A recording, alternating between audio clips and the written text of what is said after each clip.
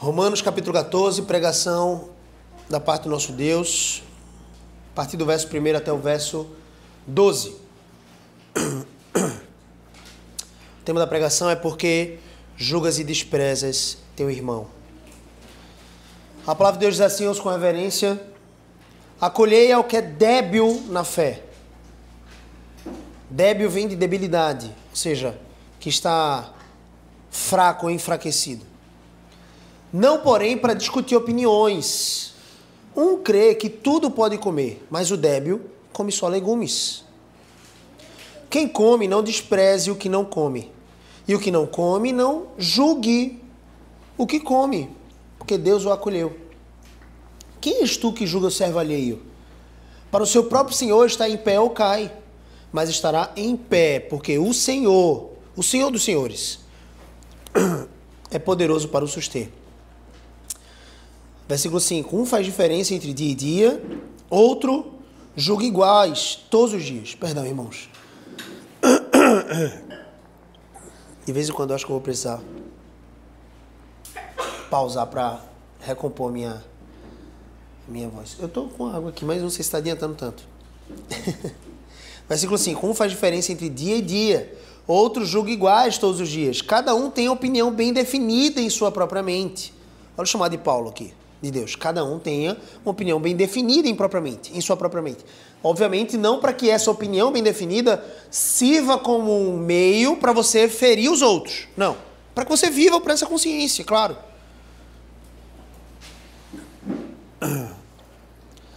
Versículo 6. Quem distingue entre dia e dia, para o Senhor faz. E quem come, para o Senhor come, porque dá graças a Deus. E quem não come, para o Senhor não come, e dá graças a Deus. Porque nenhum de nós vive para si mesmo, nem morre para si.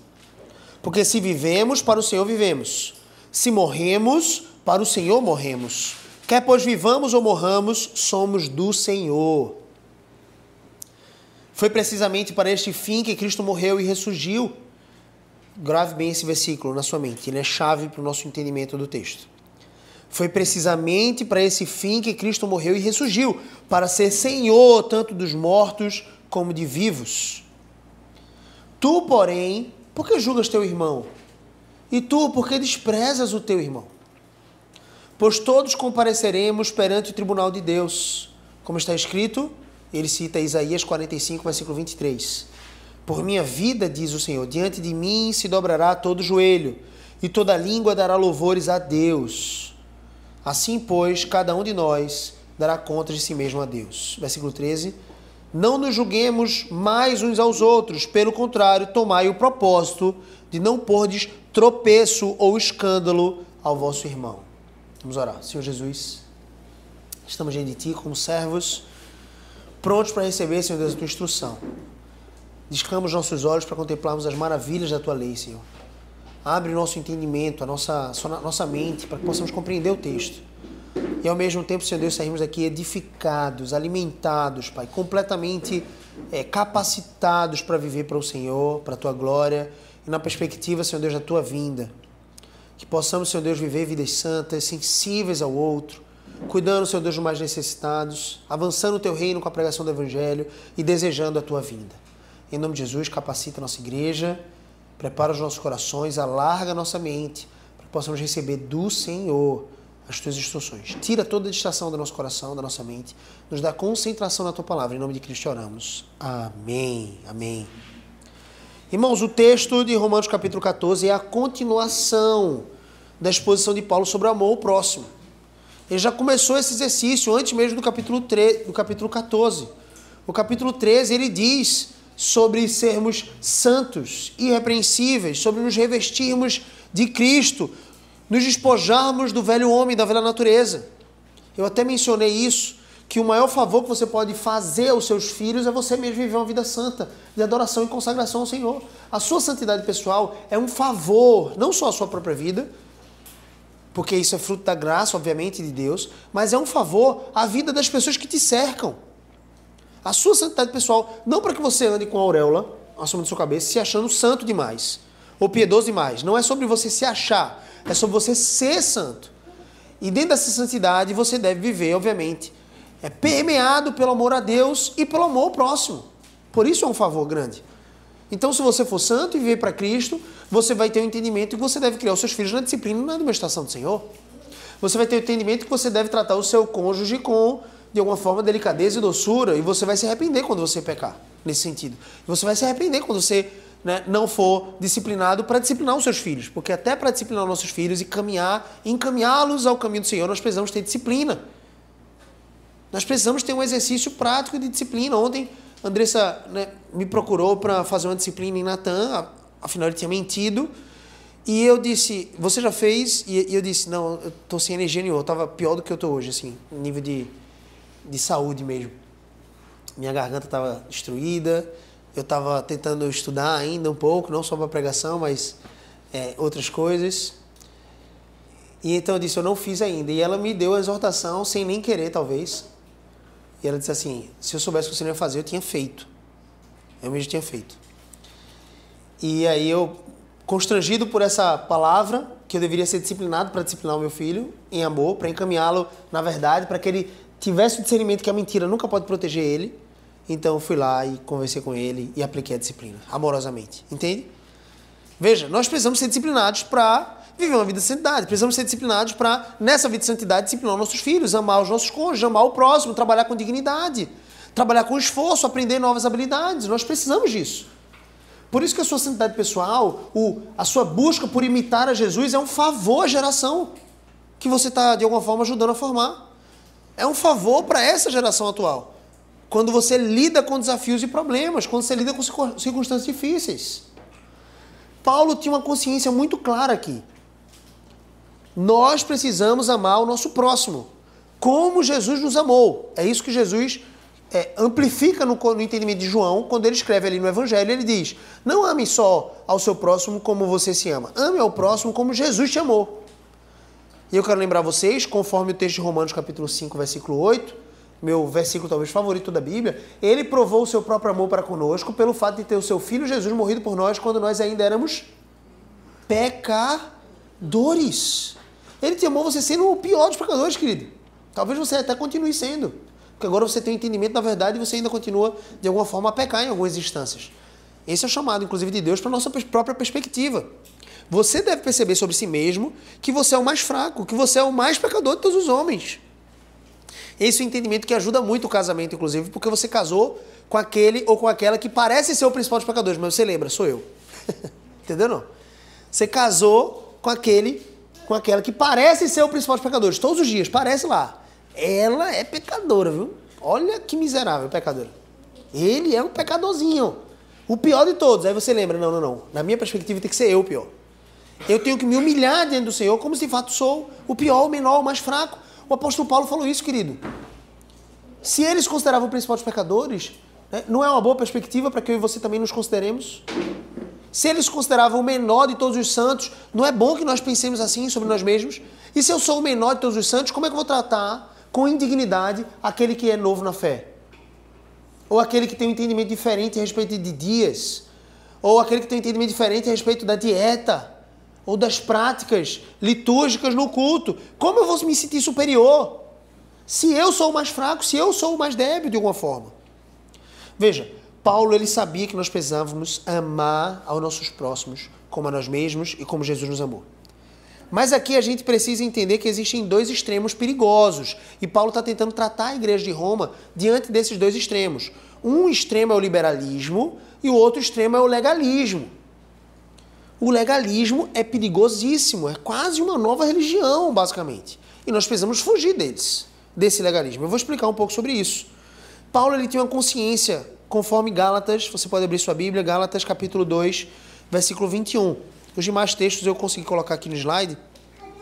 Então você vai poder anotar na sua Bíblia, no seu bloco de notas, os textos relacionados, mas esse eu gostaria que você abrisse. Gálatas capítulo 2, versículo 21. Tem duas cartas que são muito oportunas para que você entenda um pouco mais a carta de Romanos, porque eram desafios semelhantes àquilo que estava acontecendo em Roma com o que estava acontecendo na Acaia, em Corinto, e também na Galácia.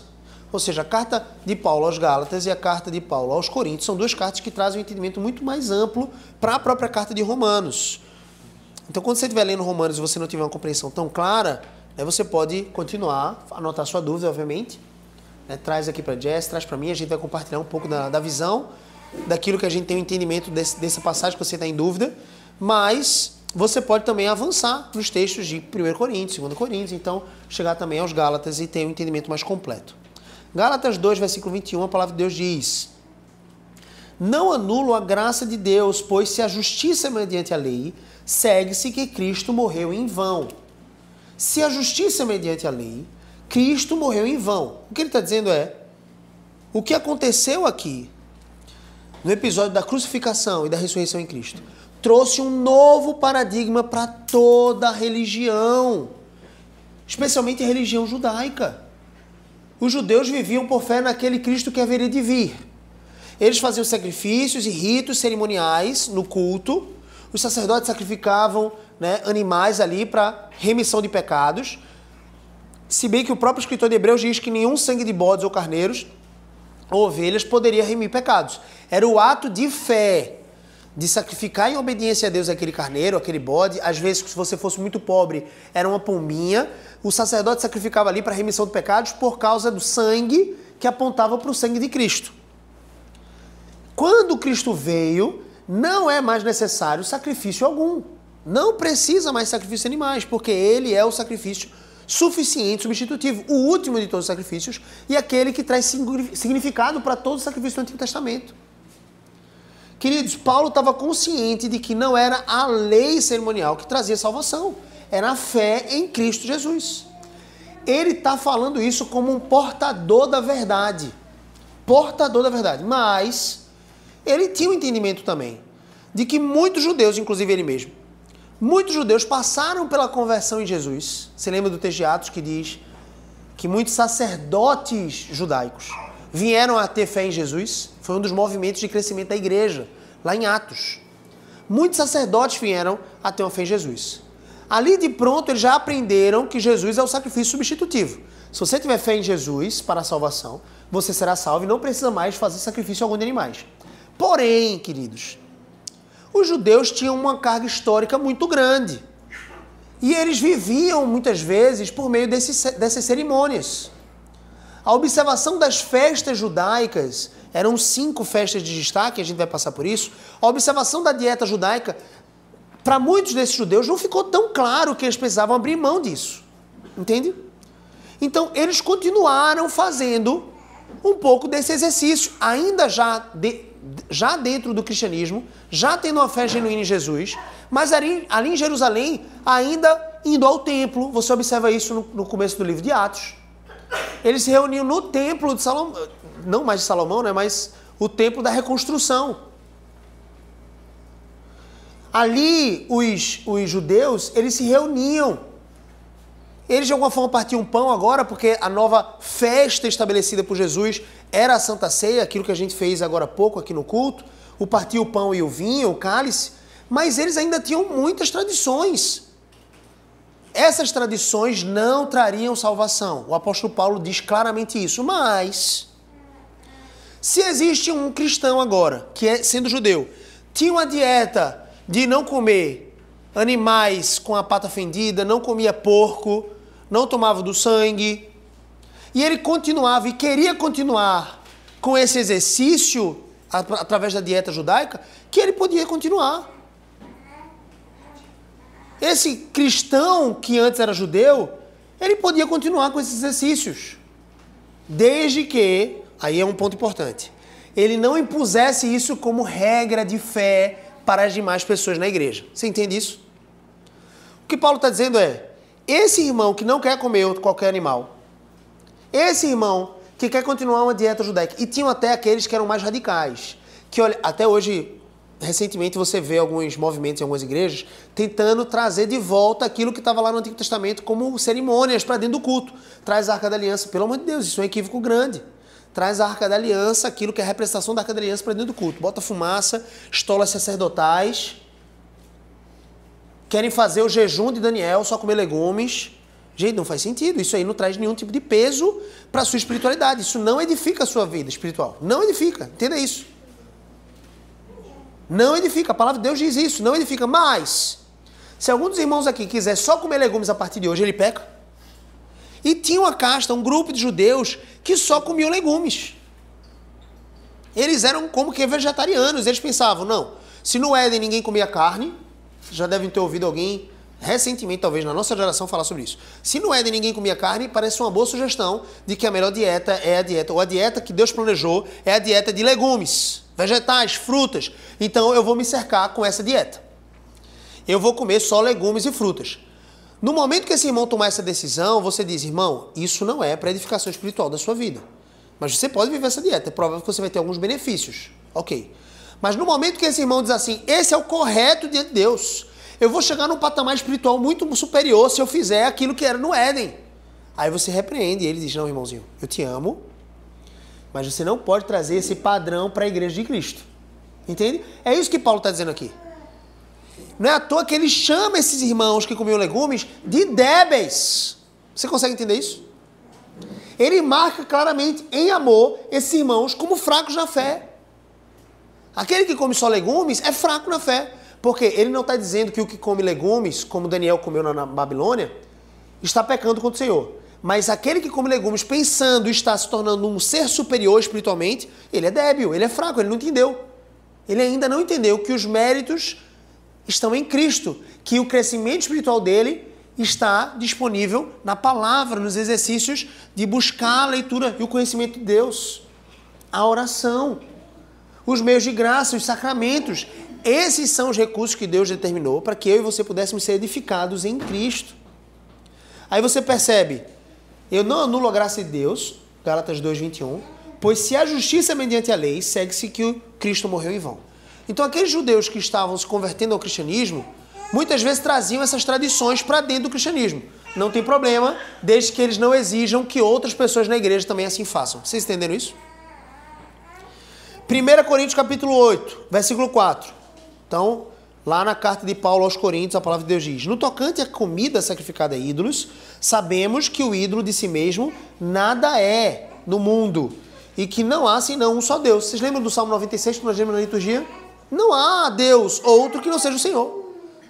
Então esses ídolos não são deuses. Fiquem em paz. Você quer comer uma comida sacrificada ao ídolo? Fica em paz. Dá graças ao Senhor, santifica aquele alimento e pode tomar aquele alimento em paz. O chamado de Deus é para a liberdade, queridos. E nesse sentido, Paulo está alegando a verdade para a igreja em Corinto e também a igreja em Roma. Só que aqui, nos Romanos, especialmente, ele vai dizer, é para esse irmãozinho que está achando de forma equivocada, está tendo uma compreensão equivocada sobre a teologia dos alimentos ou das festas judaicas, é para esse irmãozinho que você tem que dedicar mais esforço para amar. Porque o que estava acontecendo na igreja? Uma guerra, uma rixa. Um menosprezava o outro julgava o outro. Estava tendo essa rixa. E Paulo vai acabar com essa rixa. Nós somos um só povo, queridos. Um só povo. 1 Coríntios capítulo 8, versículo 7 a 13. Está aqui no slide. A palavra de Deus diz, entretanto, não há esse conhecimento em todos. Olha o que Paulo está dizendo. Não há o conhecimento de que o ídolo não é nada. Algumas pessoas pensavam, nossa, se eu comer essa comida sacrificada ao ídolo, isso vai me contaminar de alguma forma. Isso vai trazer, talvez, espíritos malignos para habitarem em mim.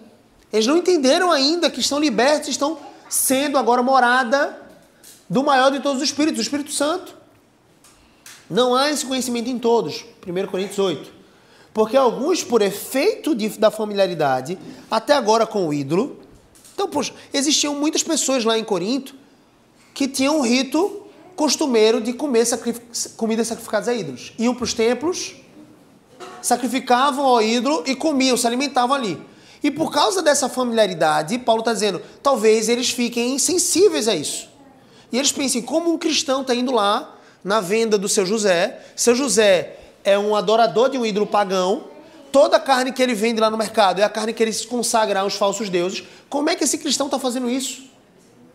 Por causa dessa familiaridade, esses irmãos estavam padecendo. Eles estavam ficando, nossa, como um cristão pode viver dessa forma, comer comida sacrificada? Então olha o que ele diz, ainda comem dessas coisas como a eles sacrificadas. E a consciência desses, Paulo marca, por ser fraca, observe, por ser fraca. A consciência desses irmãos ainda não está completamente liberta em Cristo. A consciência deles. Eles já são cristãos, eles já são salvos em Cristo. Precisam ser amados, cuidados, protegidos, ensinados em amor. Mas eles ainda são fracos na sua consciência. Se eles soubessem claramente, plenamente, que comer comida sacrificada a ídolo não tem problema algum, eles estariam libertos disso e não trariam nenhum tipo de julgamento para aqueles que comem. Olha aqui. Venha contaminar-se. Então, se a consciência deles é fraca e está ligada a isso, eles vão se contaminar se você comer. Eles vão ficar ofendidos, receosos. Não é comida que nos recomendará a Deus. Então, não é a comida, não é o tipo de dieta que vai nos recomendar a Deus, que vai elevar o nosso espírito. A nossa capacidade não é sobre comer ou beber. Olha o que diz aqui. Pois nada perderemos se não comermos e nada ganharemos se comermos. Nada perderemos se não comermos, nada ganharemos se comermos. O que Paulo está dizendo aqui é, o que tem que ser a sua régua é o amor. Imagina que você tem escassez de dinheiro, você não tem tantos recursos financeiros, e a venda do seu José, que consagra comidas aos falsos deuses deles, aos ídolos, é muito mais barato. E você está inclinado a comprar na vendinha do seu Zé, na boutique lá de carne. Você sabe que ela é comida sacrificada ao ídolo e você pode ir lá. Irmãos, peca se você for comprar essa comida mais barata. Não peca. Verifique se a carne tem uma boa procedência, né? Porque senão você vai comer comida podre e vai passar mal no seu corpo. Mas espiritualmente não peca. Você pode, hora antes, né, de comer em casa, consagra aquele alimento ao Senhor e está em paz, coma aquela comida. Só que se tem algum irmão que fez parte da mesma seita que o seu José e que pode ficar ofendido por ser débil, por ser fraca a sua consciência, e ele vai ficar ofendido se você entrar na venda de seu Zé para comprar, porque ele não consegue entender ainda como é que um cristão pode estar livre disso. O que a palavra de Deus está dizendo aqui, Paulo, é: você não vai ganhar nada se você comer e não vai perder nada. Perdão, você não vai perder nada se você comer e não vai ganhar nada se você comer. Então, use o amor como régua. O amor. Se tem um irmãozinho que vai ficar escandalizado, que vai pensar, como eu posso conviver com um irmão que vai lá na venda de seu Zé, ele sabe que a comida é sacrificada ao ídolo, ele vai lá comprar aquela comida. Como é que eu posso conviver com esse irmão? Querido, por causa do amor e por causa da mente desse mais fraco, evite, não coma. Não compre na vendinha do seu Zé. A régua da sua vida prática não é buscar os seus próprios interesses, e sim os interesses de Deus. Porque como é que você vai ser pedra de tropeço para alguém que Jesus morreu, meu querido? Jesus morreu por ele, você vai ser pedra de tropeço para esse cara? Temos que ter muito cuidado. Liberdade em Cristo sim, mas liberdade inclusive para negar a nós mesmos os nossos próprios direitos. Você tem direito de ir lá comprar uma carne mais baratinha, de comer uma carne boa, mas aquilo vai escandalizar o seu irmão, querido, não faz. Vamos continuar no texto. Vede, porém, que esta vossa liberdade não venha de algum modo a ser tropeço para os fracos. E ele diz claramente, são fracos. Ele não está falando isso para ofender. Ele está falando isso para delimitar. E dizer, basicamente, essas pessoas que são fracas precisam ser fortalecidas. Mas não é a todo custo. Não é você impondo goela abaixo deles que eles estão errados. É amorosamente. É devagar, é com as instruções pastorais. Né? Quantas pessoas vieram de práticas religiosas em que beber vinho era como que pecado? Quantas pessoas entendiam o zelo de uma liderança? Vocês percebem isso? Um grupo de líderes diz assim, para você entrar nessa liderança da igreja, você não pode beber mais vinho. A palavra de Deus diz que os presbíteros não podem ser dados a muito vinho. Aí esse irmão líder dessa igreja diz assim, aqui nenhum líder pode tomar vinho, não pode tomar bebida alcoólica. Você entende? Você consegue compreender o zelo dele. Poxa, ele quer evitar o mal. Você consegue entender o zelo dele, mas é fraco. Porque nem Jesus e os apóstolos estariam naquele conselho, naquela liderança daquela igreja. Você percebe isso? É certo que Jesus e os apóstolos tomavam o pão e o vinho declarado, né, na Santa Ceia é vinho. Não tem como você dizer que não é fermento. Porque a própria palavra de Deus em Efésios, no tempo de Jesus o vinho não tinha fermento. Como não? Era chamado suco de uva. Porque ele diz para você não se encher do vinho para não ficar embriagado. Quem é que fica embriagado com suco de uva, gente? Então não é pecado mais tomar vinho, entende? Se o vinho não tinha álcool, então porque naquele tempo de Jesus, ele fala pra gente não se embriagar com vinho. no quadro de solução? É claro que tinha álcool. O problema não está no álcool, está na bebedeira, no excesso, em você se tornar alguém que é como um alcoólatra, tem que tomar todos os dias, ou tem que tomar todos os dias, e você toma em excesso e perde a consciência. Esse é o pecado. Mas, poxa, será que você vai conseguir mostrar amor pelo seu irmãozinho que pensa que beber vinho é pecado, bebendo na frente dele? Será que você vai instruir ele corretamente em amor? Não era melhor que você evitasse? Você não ganha nada se você beber, e não perde nada se você não perde nada se você beber. E você não ganha nada se você não beber. Simples. Acho que eu fiz uma inversão, né? Você não ganha nada se beber e você não perde nada se você não beber. A régua é o amor. Esse irmão vai se escandalizar. Agora, claro, você pode conversar com ele amorosamente em algum outro momento. Quantos irmãos, talvez, né, vieram dessas práticas e chegaram à consciência, poxa, não tem problema beber vinho. Não me escandalizo mais com o irmão que bebe. Mas, por preferência, ele diz, eu não quero beber, tá tudo bem. Mas ele também já não mais condena aquele que bebe, entende? Ele não classifica esse irmão que bebe vinho como alguém menor no reino dos Deus. Ao contrário, Paulo, inclusive, está dizendo que aquele que não bebe que é fraco. Aquele que não desfruta é que é fraco. Entende? Ele para de julgar e de menosprezar. É isso que estava acontecendo na igreja em Roma. Era isso que estava acontecendo na igreja em Corinto. Existia uma guerra ali entre irmãos. Um menosprezava o que não come. E o que não come julgava o que come. Continua o texto aqui de 1 Coríntios 8, de 7 a 17. Vede, porém, que esta vossa liberdade não venha de algum modo a ser tropeço para os fracos, porque se alguém te vir a ti, que és dotado do saber, à mesa em templo de ídolo, não será a consciência do que é fraco induzida a participar de comidas sacrificadas a ídolos? E assim, por causa do teu saber, perece o irmão fraco pelo qual Cristo morreu. Olha que forte isso. Pela tua consciência, porque você não é fraco, o fraco vai perecer, mas Jesus morreu por ele. Então, quem somos nós para fazer perecer aquele por quem Jesus morreu? E temos responsabilidade, percebe? Temos responsabilidade. E deste modo, pecando contra os irmãos, golpeando-lhes a consciência fraca, é contra Cristo que você peca. Você tem a consciência forte, você tem o saber cristão, você tem as liberdades. Se você faz isso e de alguma forma é pedra de tropeço para alguém mais fraco, você está pecando contra Cristo. E por isso, se a comida serve de escândalo ao meu irmão, nunca mais comerei carne. Olha o que Paulo diz. É uma delícia, né? Comer um churrasquinho. Ele diz, se a carne só fosse sacrificada... Essa era uma realidade lá em Corinto. Os templos pagãos eram tão numerosos que grande parte das boutiques de carne, ou quase todas, eram carnes consagradas a ídolos. Então Paulo está dizendo assim, nessa realidade, eu vou ficar sem comer carne para sempre. Porque se tem alguém que se escandaliza, eu não vou comer carne, nunca mais comerei carne, para que não venha escandalizar esses irmãos. 1 Coríntios capítulo 10, versículo 14 a 33, olha o que diz a palavra de Deus. Ninguém busca o seu próprio interesse. Olha que lição importante para a gente. Veja como isso conecta com Romanos, de amar o próximo, amar o mais débil, amar o mais fraco. Ninguém busca o seu próprio interesse, e sim o de outrem. Comei de tudo o que se vende no mercado. Agora você já está inteirado do contexto. O contexto é que muitos desses mercados eram comidas sacrificadas a ídolos. Comei de tudo. A instrução é clara. Sem nada perguntar por motivo de consciência. Não pergunte, e essa carne aqui foi sacrificada a ídolo? E essa aqui foi? Não pergunte.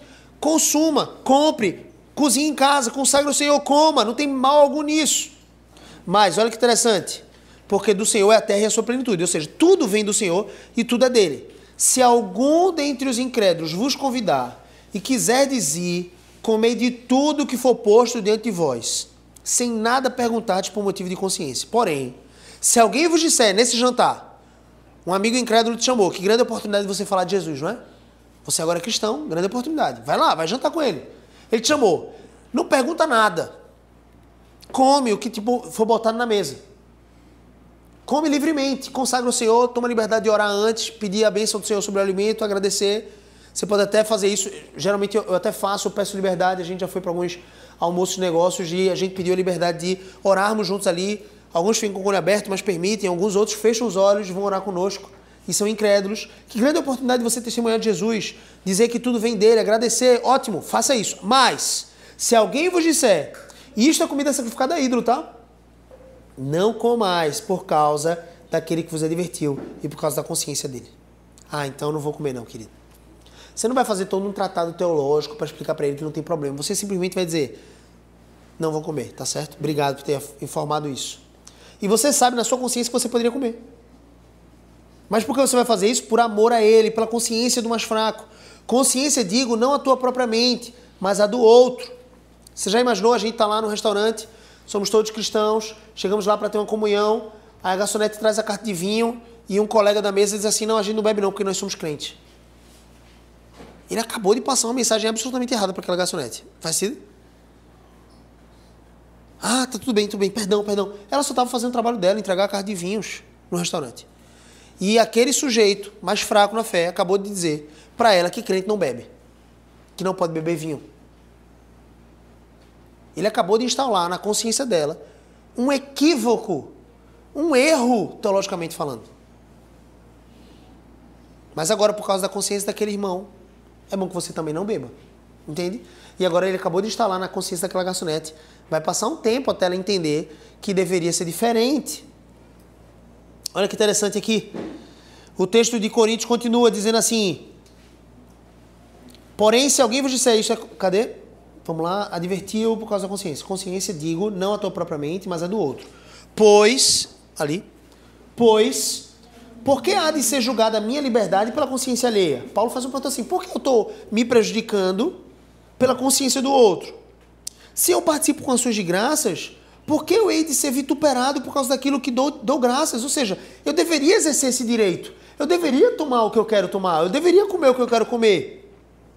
Olha o que ele diz. Portanto, quer comais, quer bebais. Aí você entendeu o contexto desse versículo. Ou façais qualquer outra coisa, fazei tudo para a glória de Deus. Se você tomar um alimento, ferindo a consciência do outro, você não está fazendo para a glória de Deus. Tudo em sua vida deve ser para a glória de Deus. Abra mão dos seus direitos, dos seus interesses, para a glória de Deus. Cristo morreu, certamente era do interesse dele, mas nós poderíamos classificar dessa forma. Jesus abriu mão dos seus interesses de permanecer na eternidade, para em amor, voluntariamente entregar sua vida em nosso favor. Isso não é uma prova de amor? Ou será que foi confortável ele vir encarnar, passar 33 anos nessa limitação, de alguma forma, convivendo com pessoas tão limitadas quanto nós, morrer na cruz, ser cuspido, violentado, separado de Deus por um momento, talvez de 3 dias, desceu ao Hades e então subiu aos céus para receber toda a glória. Jesus abriu mão, queridos, de todos os seus direitos. A palavra de Deus diz que ele se esvaziou. Como você não é capaz de se esvaziar pela sua esposa? Ou por algum irmão mais fraco na fé? Ou pelos seus filhos? Como você não é capaz de se esvaziar? Se você deveria imitar Jesus.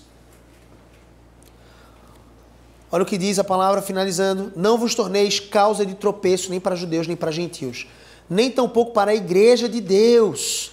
Assim como também eu procuro em tudo ser agradável a todos, não buscando o meu próprio interesse, mas o de muitos, para que sejam salvos. R.C. Sproul, no comentário desse texto em Romanos 14, ele diz, os vegetarianos, aqueles judeus até mais exagerados quanto à dieta, eles nem comiam carne nenhuma, não era nem só carne de porco.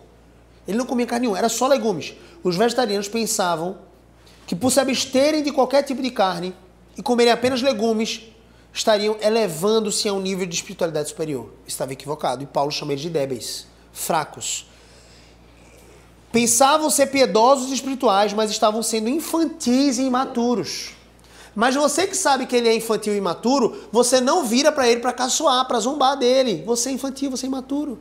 Olha como você pensa, só come legumes, tá deixando de comer uma picanhazinha gostosa aqui, ó, rapaz. Você é muito infantil, não é desse jeito. E era isso que estava acontecendo na igreja. Os que comiam ficavam literalmente menosprezando os que não comiam. Que cara fraco, velho. Toma aqui uma picanha, toma, vegano. Botava o salzinho já assim, né? Já fazia o salzinho desse jeito. Pegava a carne, ó, na tua frente, ah, que delícia. Tu não tá sabendo o que é isso. E o vegano dizendo como pro cara? Julgando ele. Como ele é capaz de comer essa carne? Meu Deus. Tem misericórdia, Senhor. E olha lá, né? Se não ficavam se degladiando, se endemonizando dentro da igreja. Ambos cristãos. Ambos salvos pelo Senhor Jesus. Irmãos na fé. Colossenses 2, 16 e 23, a palavra de Deus diz, ninguém, pois, vos julgue por causa de comida ou bebida, ou dia de festa, ou lua nova, ou sábados, porque tudo isso tem sido sombra das coisas que haviam de vir, porém o corpo é de Cristo. Ninguém se faça árbitro contra vós outros, pretextando humildade ou culto de anjos, baseando-se em visões. Olha, eu tive uma visão que não é pra gente comer mais carne aqui. Os mormons. Os mormons é um pouco disso, não é um desvirtuamento completo do evangelho. Então o Smith lá que teve, né, as primeiras visões e criou essa religião outra que não é cristã, os mormons, ele diz, eu tive uma visão, então você não pode mais beber café. Os mormons não bebem café. Não pode beber Coca-Cola. Eu tive uma visão. Olha que maravilhoso, gente. Isso que aconteceu agora recentemente, né, porque os mormons é uma religião recente, digamos assim. Já estava acontecendo no tempo de Paulo. Paulo já adverte isso aqui, ó. Olha como a palavra de Deus é completa, perfeita, atual. Mais atual do que o Jornal de Amanhã, como dizia Billy Graham. Essa é a palavra do nosso Deus, viva, eficaz, poderosa. Olha o que ele diz. Ninguém use pretextos para limitar a liberdade de vocês. Ninguém use pretextos para limitar a liberdade de vocês por causa de visões. Eu tive uma visão, a gente não pode mais tomar café. A gente não pode mais beber Coca-Cola. A gente não pode mais comer carnes vermelhas, só peixe e frango. Como é? Ninguém faça isso. Mas eu tive uma visão. Essa visão não foi de Deus não, querido. Foi Satanás que apareceu para você. Pretextando ser anjo. Infatuado, sem motivo algum, na sua mente carnal. Ele quer aparecer, ele quer ter vaidade, ele quer ter controle sobre a igreja. É isso que um falso profeta faz. Olha o que ele diz. Não retendo a cabeça. Quem é a cabeça? Cristo. Ele não retém Cristo. Ele não retém a cabeça, da qual todo o corpo, suprido e bem vinculado, por suas juntas e ligamentos, cresce o crescimento que procede de Deus.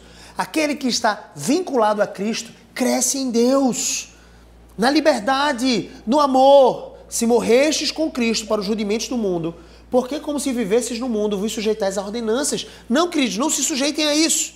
Talvez estivesse acontecendo exatamente em Colossenses isso, né? O pessoal parou de beber Coca-Cola lá.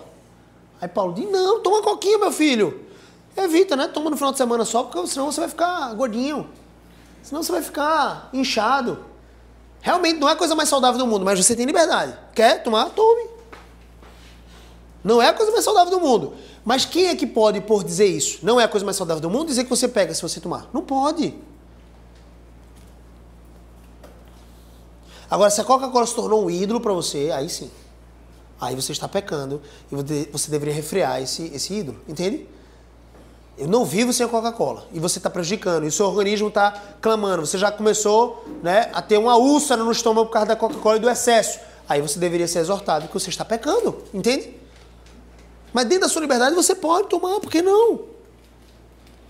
Então ele diz, não, como se vivesse no mundo, vos sujeitais às ordenanças. Aí ordenanças, 2 pontos, ele diz mais ou menos o que é. Não manuseis isto, não proveis aquilo, não toques aquilo outro, segundo os preceitos e doutrinas dos homens. Pois que todas essas coisas com uso se destroem, tais coisas com efeito, queridos, têm aparência de sabedoria, como o culto de si mesmo, e de falsa humildade, e de rigor ascético, todavia não tem valor algum contra a verdadeira pecaminosidade, que é a sensualidade. Não tem valor algum. Vocês às vezes não ficam impressionados como essas igrejas são tão cheias, lotadas de gente que querem seguir esses padrões. E às vezes o cara não está nem seguindo Cristo, ele só está seguindo os padrões religiosos, as práticas. Não, porque aqui eu consigo ter um certo controle. E esse é o exercício do legalismo. O legalismo, queridos, é como uma religião falsa que te coloca no centro das ações em favor da sua própria salvação. Não foi o que Cristo fez na cruz por mim. É o que ele fez na cruz, Gabriel. Mas eu também vou adicionar mais alguns elementos aqui. Eu preciso me esforçar.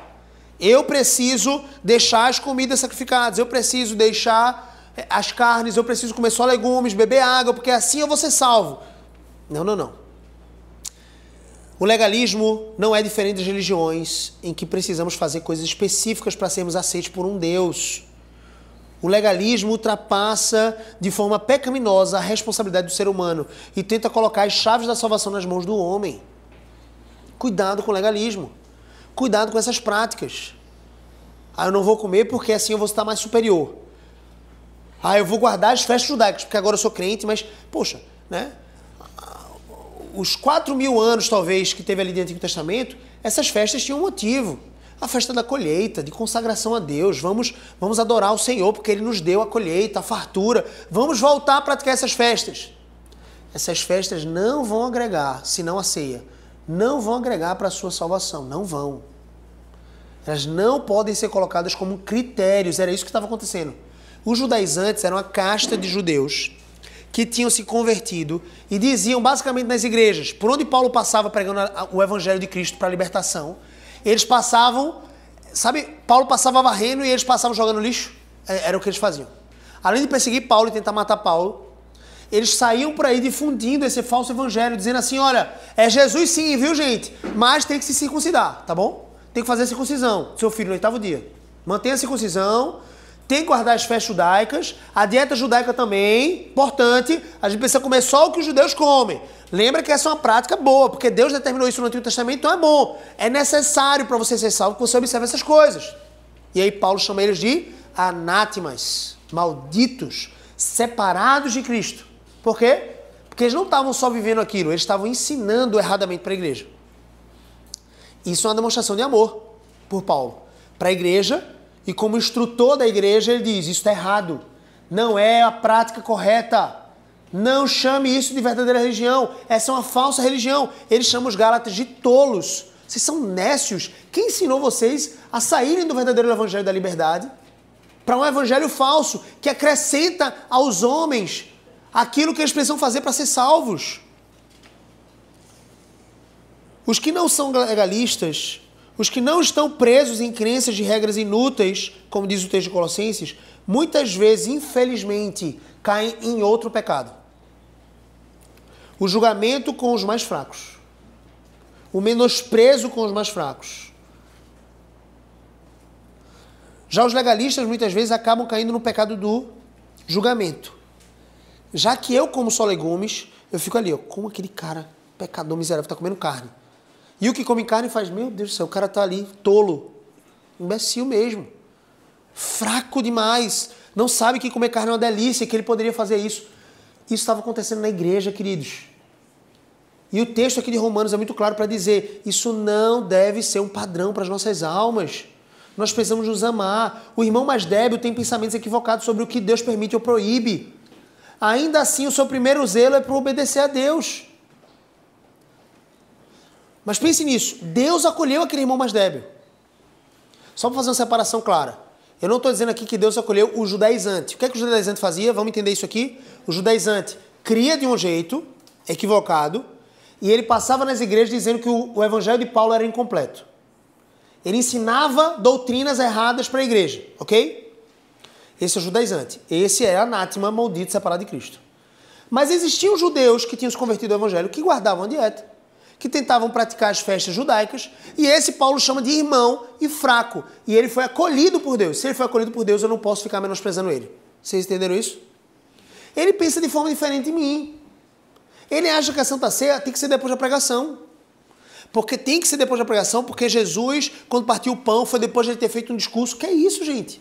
É meu irmão em Cristo, vou amar ele. Não porque ele acha que a liturgia não pode ter ninguém falando além do pastor. É meu irmão em Cristo, amém. Desde que ele não ensine isso para a igreja como sendo o certo biblicamente falando. Se ele ensinar para a igreja que isso é o certo biblicamente, que todos os outros fazem errado, aí eu preciso ensinar para a igreja dizendo que esse ensino desse irmão está errado, está equivocado. Mas ainda vou ensinar a igreja a amar esse irmão. Tratá-lo com dignidade, com honra. No verso 3 de Romanos 14, observe. Quem come não despreze o que não come, e o que não come não julgue o que come, porque Deus o acolheu. Assim como Deus nos recebe pela graça e não há mérito algum em nós mesmos, e certamente diante de Deus, queridos, ainda temos muitas debilidades. Agora também somos chamados por Deus para receber e acolher os irmãos na mesma graça. Precisamos acolher e amar os irmãos na mesma graça. Não há possibilidade de nos sentirmos superiores. No cristianismo, ser mais forte na consciência não significa ser superior. Não significa estar mais próximo de Deus, por favor. Ao contrário, maior é o que serve. Inclusive o que serve os mais débeis. E eu vejo às vezes na igreja, nós somos uma igreja ainda pequena, obviamente, temos poucos membros, mas você avança para mais de 100 e você já começa a ver isso. Pessoas que menosprezam os mais fracos na fé. Os mais fracos julgando os mais fortes. Não se reconhecendo fracos. E você começa a ver essas divisões. Os mais fortes de consciência deveriam amar ainda mais os mais débeis. Tratar com mais dignidade eles, cuidar deles, se doar por eles. e abandonar, obviamente, as práticas que os escandalizam. No versículo 4, Paulo afirma, Romanos 14, quem és tu que julgas o servo alheio? Gente, não somos todos nós servos de Cristo? Quem é você? Jesus acolheu aquele cara. Jesus acolheu aquele irmão, aquela irmã. Quem é você para ficar julgando ou tratando mal? Ou pensando que ele não é irmão? É muito fácil na igreja a gente dizer assim, eu preciso amar os meus irmãos em Cristo. Mas aquele ali, justamente porque eu quero dar vazão à minha carne, para não amar ele, aí eu faço assim, aquele ali, ele é bode, ele não é ovelha. Como ele é bode, ele não é irmão. Aí é o cara tentando separar o joio do trigo dentro da igreja. Antes da colheita, antes de Jesus fazer isso, eu tenho que assumir que todo mundo da igreja eu vou tratar como trigo, meu querido. Você está entendendo, não? Os rebeldes eu preciso tratar com disciplina, com mais dureza, claro. Mas os que são pacíficos, eu não preciso ficar julgando, eu não devo ficar julgando ou tentando separar o joio do trigo, não. É todo mundo trigo na minha cabeça. Embora eu saiba que estatisticamente alguém aqui vai se perder. Pela misericórdia do Senhor, que não acontecesse isso na nossa igreja aqui. Mas estatisticamente alguém vai se perder. Mas não sou eu que vou ficar dizendo, ela é joio, viu? Ela aqui é trigo, então eu vou tratar ela como irmã. E ela aqui eu vou tratar como bode. Aqui eu posso julgar, menosprezar, fazer o que eu quero. Que é isso? Não somos todos nós servos de Cristo. Quem é você que julga o servo de Cristo, que Cristo acolheu e resgatou? Se Jesus o aceita, quem sou eu e quem é você para não aceitá-lo também? Romanos 2, versículo 4, a palavra de Deus diz, ou desprezas a riqueza da sua bondade. Ele está falando, como é que você pode menosprezar a riqueza da bondade de Deus para com aqueles servos, para com aquelas pessoas? E tolerância, e longanimidade, ignorando que a bondade de Deus é quem te conduz ao arrependimento. Foi Deus que te conduziu ao arrependimento. Eu quero lembrar vocês que em Romanos capítulo 2, Paulo está convencendo todos os judeus. Ele já tinha feito isso no capítulo 1 com os gentios. Agora ele está falando que todos os judeus também são pecadores, estão alheios a Cristo se não se converterem. E no capítulo 2 ele está falando para os judeus em Roma, dizendo assim, judeus, vocês estão menosprezando a riqueza da bondade de Deus para salvar pecadores. A tolerância dele, a longanimidade dele, ignorando a bondade de Deus, é essa bondade que conduz você para arrependimento. Então, os seus irmãos também foram conduzidos assim. R.C. Sproul também chega a afirmar dizendo, o amor cobre multidão de pecados. O amor cobre multidão de pecados. E cobre também uma porção de falsos e fracos entendimentos teológicos. Tem alguém que tem um falso ou fraco entendimento teológico, o amor pode cobrir isso. E Paulo está chamando você a amar. Não é menosprezar a verdade, mas pela verdade conduzir esse irmão em amor, tratando ele com mais dignidade ainda. No verso 5 e 6, a palavra de Deus diz, um faz diferença entre dia e dia, o outro julga iguais todos os dias. Cada um tem uma opinião bem definida em sua mente, em sua própria mente. Quem distingue entre dia e dia para o Senhor faz. Ou seja, ele está pegando a boa intenção da pessoa. Quem come para o Senhor come, porque dá graças a Deus. E quem não come para o Senhor também não come e dá graças a Deus. Você vai fazer tudo em ações de graças. Se você não faz em ações de graças, aí você está pecando. Mas se você faz em ações de graças, o que come só legumes faz para Deus. Ele acha que ele realmente está fazendo para, de alguma forma, louvar o Senhor. E o que come carne faz também para o Senhor. Lá em Levítico, capítulo 23, tinham festas judaicas. As mais conhecidas eram Páscoa, celebração da libertação do povo do Egito. A festa dos pães asmos, que estava sempre ligado à Páscoa, durante 7 dias antes da Páscoa, ok? Que era essa festa de preparação para a libertação. Eles só comeriam pães como a gente comeu aqui agora, sem fermento, na Santa Ceia. Festa das primícias, primeiro fruto da colheita, é o prenúncio da colheita ao total, então era consagração a Deus. Tem também a festa de Pentecostes, ficou conhecida justamente por causa do Novo Testamento, com o derramamento do Espírito Santo, mas essa festa de Pentecostes no Antigo Testamento era a celebração anual de entrega da lei no Sinai e o início da colheita. Então Deus trazendo a ordem para o povo. Festa das trombetas, marca o início do ano civil, chama ao arrependimento. Dia da expiação, que é o Yom Kippur, jejum nacional e confissão de pecados. E a festa de tabernáculos, que era a comemoração da peregrinação no deserto. Passamos 40 anos no deserto, vamos lembrar disso. Lembrar que Deus nos guiou. Então era a festa dos tabernáculos.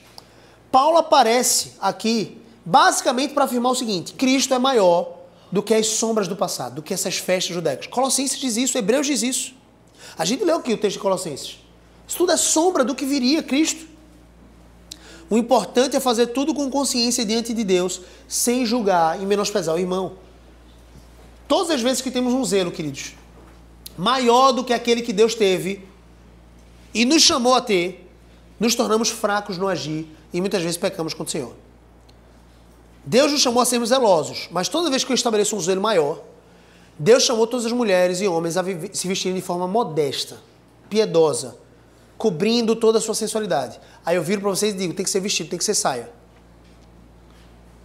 Tem que ser desse jeito. Eu estou tendo um zelo. A minha iniciativa parece pura, mas eu estou sendo fraco.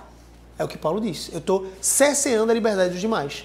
De tomarem as decisões por conta própria, de se vestirem de forma modesta também, talvez com calça. Ou talvez com outro tipo de roupa. Então a palavra de Deus nos chama a sermos zelosos, mas o meu zelo nunca pode se exceder ao zelo do próprio Deus. Devemos amar os nossos irmãos, mesmo aqueles que são mais fracos e débeis no conhecimento da liberdade cristã.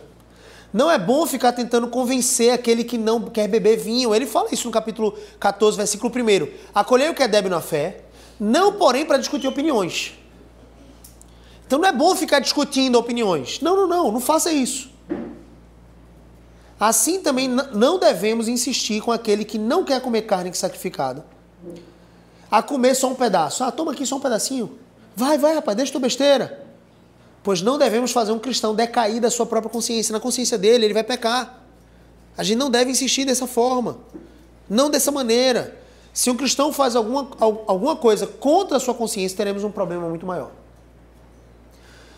Mas também não podemos cair no equívoco de permitir que o débil estabeleça regras de maneira tirânica na igreja.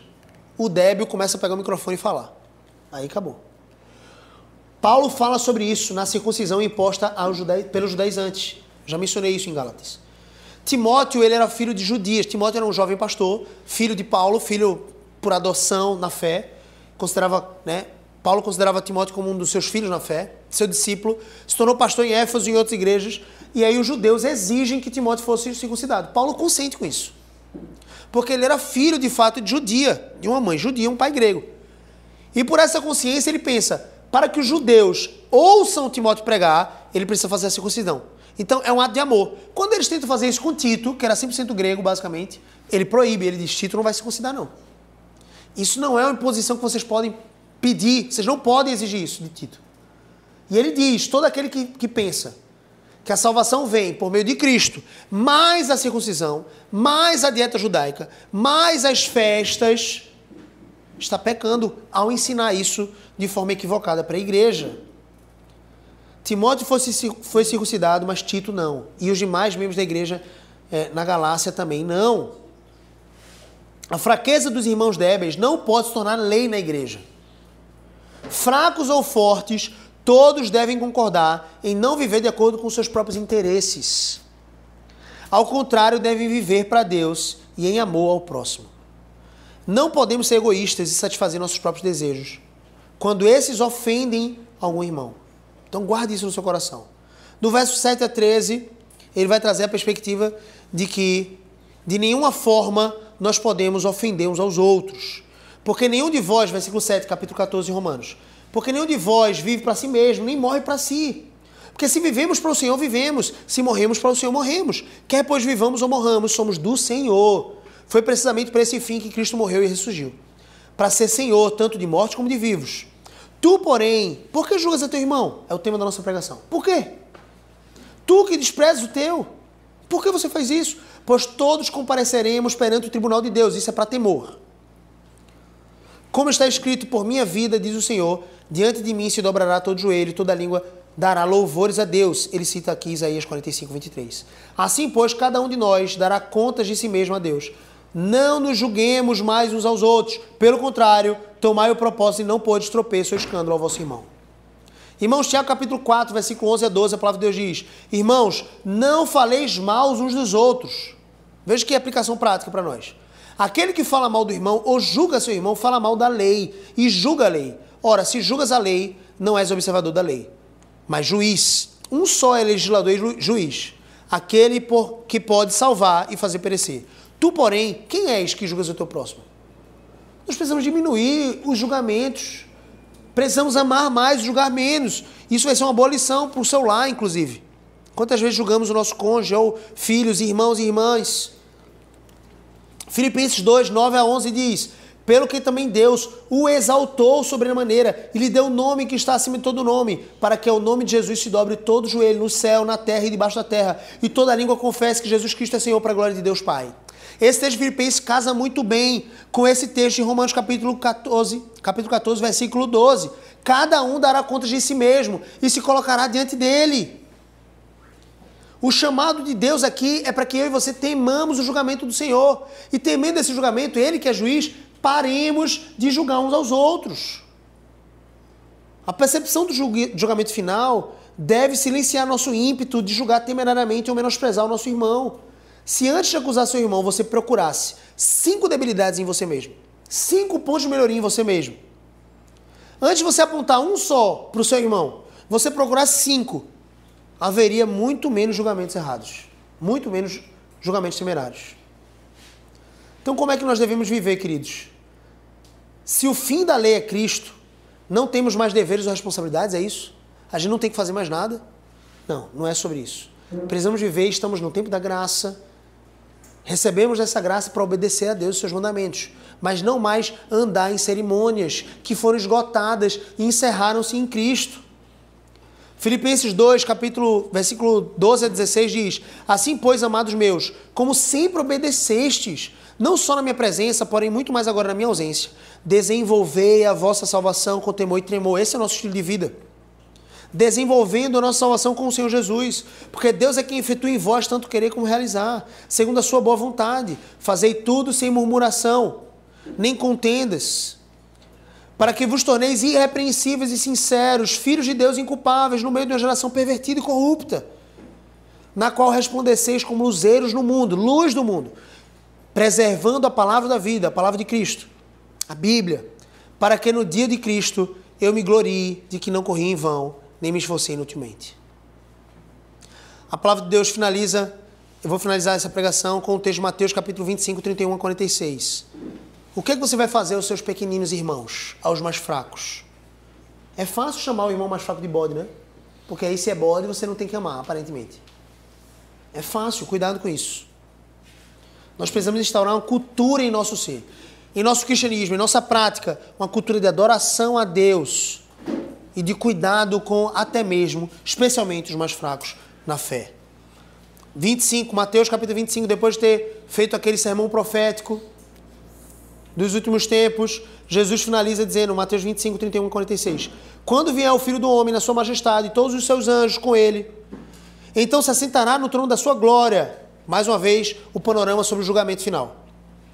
E todas as nações serão reunidas em sua presença, e ele separará uns dos outros, como o pastor separa dos cabritos as ovelhas, e porá as ovelhas em sua direita, mas os cabritos à sua esquerda.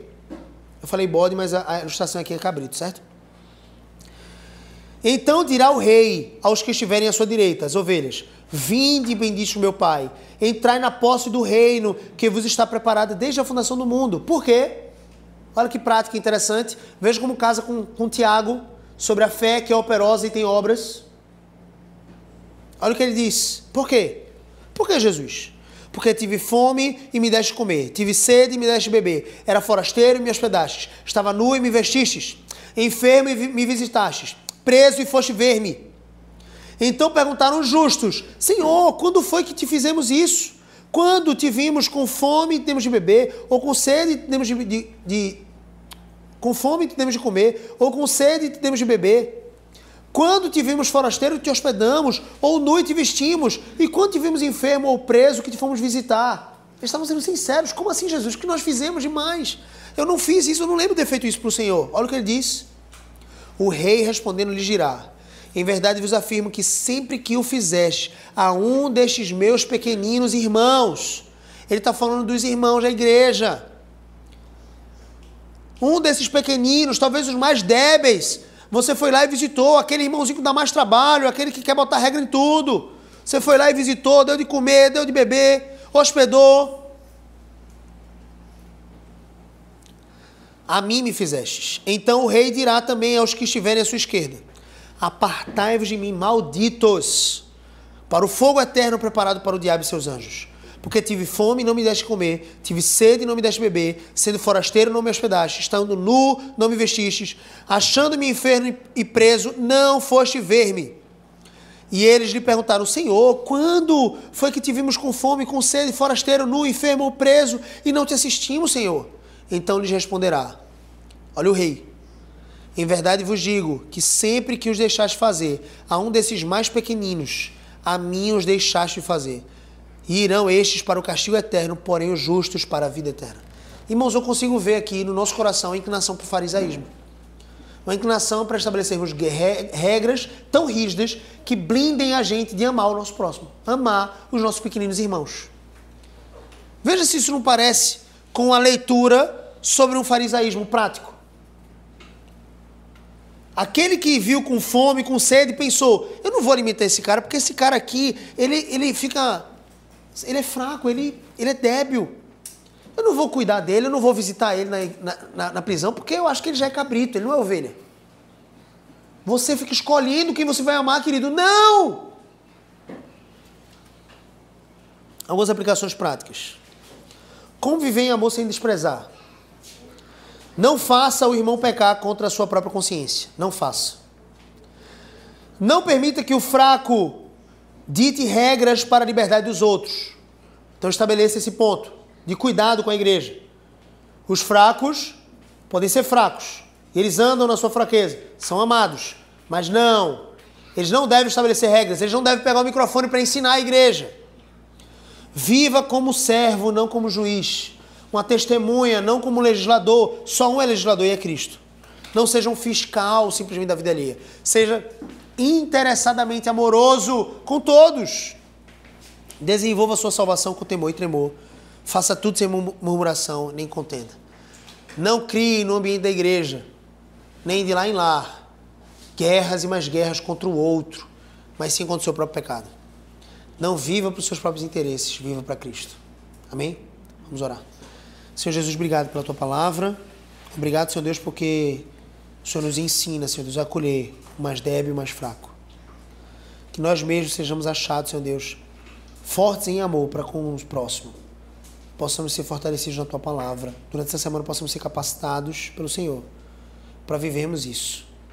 Ó Deus, se enfrentarmos esses desafios durante essa semana, nos ajuda a lembrar dessa mensagem. Coloca ela em nossos corações para que possamos crescer em amor, Senhor Deus, uns aos outros, em cuidado uns aos outros. Possamos fazer como as ovelhas, separadas à direita do Rei, foram chamadas para o seu gozo eterno, porque de fato, Senhor Deus, deram de comer, beber, vestiram, visitaram, Senhor Deus, todos os pequeninos que o Senhor escolheu. Que possamos ser, Senhor Deus, amorosos, pastorais, cuidadosos uns com os outros. Em nome de Cristo. Amém. Amém, irmãos.